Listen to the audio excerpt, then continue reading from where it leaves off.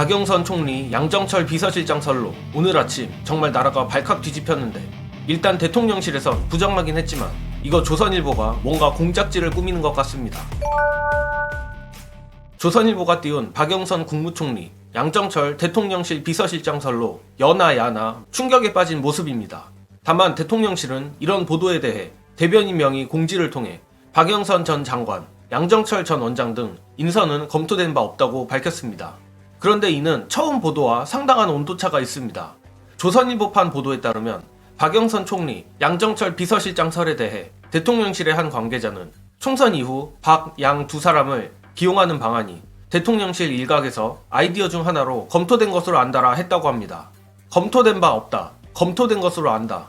정확히 반대 얘기가 혼재되어 있는 상황인데, 개인적 추측을 해보자면 대통령실에서 거의 장난식 아이디어로 이번 인사가 거론되기는 했었던 거 아닐까 합니다. 그리고 조선일보 기자와의 술자리든 전화통화든 인력난이 심하다, 오죽하면 이러이러한 농담도 나온다라는 식으로 시작이 된 것이 아닐까 개인적인 소설을 써봅니다. 어쨌든 진실은 알 수 없겠지만 이를 기반으로 후속 보도들이 쏟아지고 있는데, 현재 보수층에서는 윤석열이 본색을 드러냈다며 난리가 난 상황입니다. 특히 이준석의 페이스북을 자세히 볼 필요가 있는데, 윤석열을 향해 문재인 아바타라며 비난을 했습니다. 저는 이 부분이 저들이 노리는 핵심 포인트라고 생각합니다.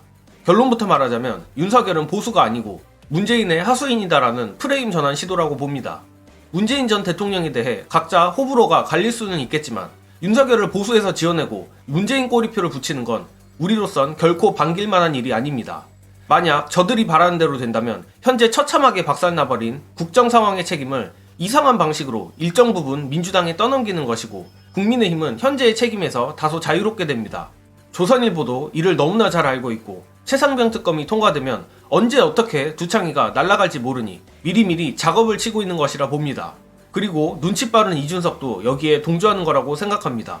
결국 국민의힘은 윤석열이란 인물을 보수에서 지워 언제 벌어질지 모르는 대선과 지선을 잡아보겠다는 술수를 꾸미는 것 같습니다.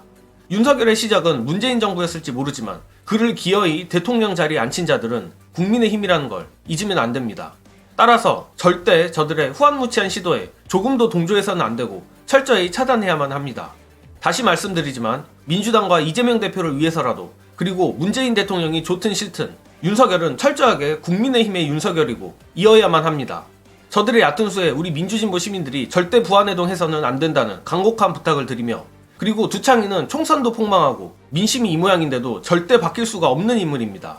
공개석상에선 본인이 옳았다며 국민 탓을 하고 뒤에서는 몰래 사과를 했다는 황당한 태도만 봐도 뻔합니다.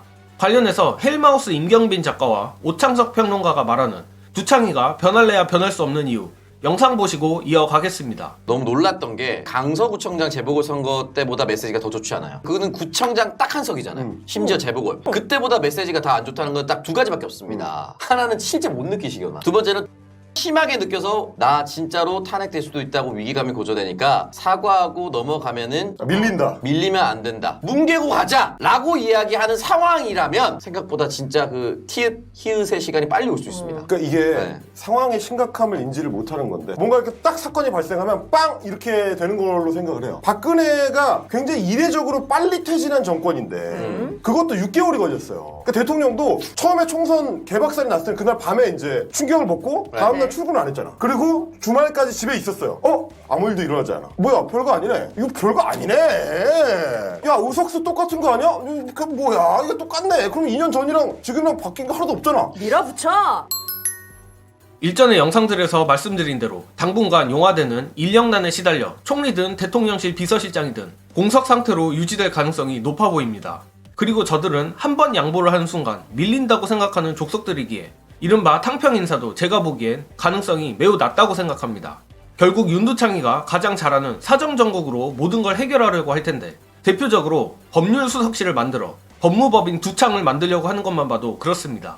그래서 민주당도 그렇고 우리 민주진보 시민들은 조중동과 이준석 같은 개고기들의 술수에 신경 쓰기보다 최상병 특검에 더욱 집중해야만 합니다. 두창이를 빵에 가게 할 시작과 끝이 특검이란 것을 우리 모두 잊지 않길 바라며 이번 영상은 여기까지 하겠습니다. 시청해주신 여러분 감사합니다.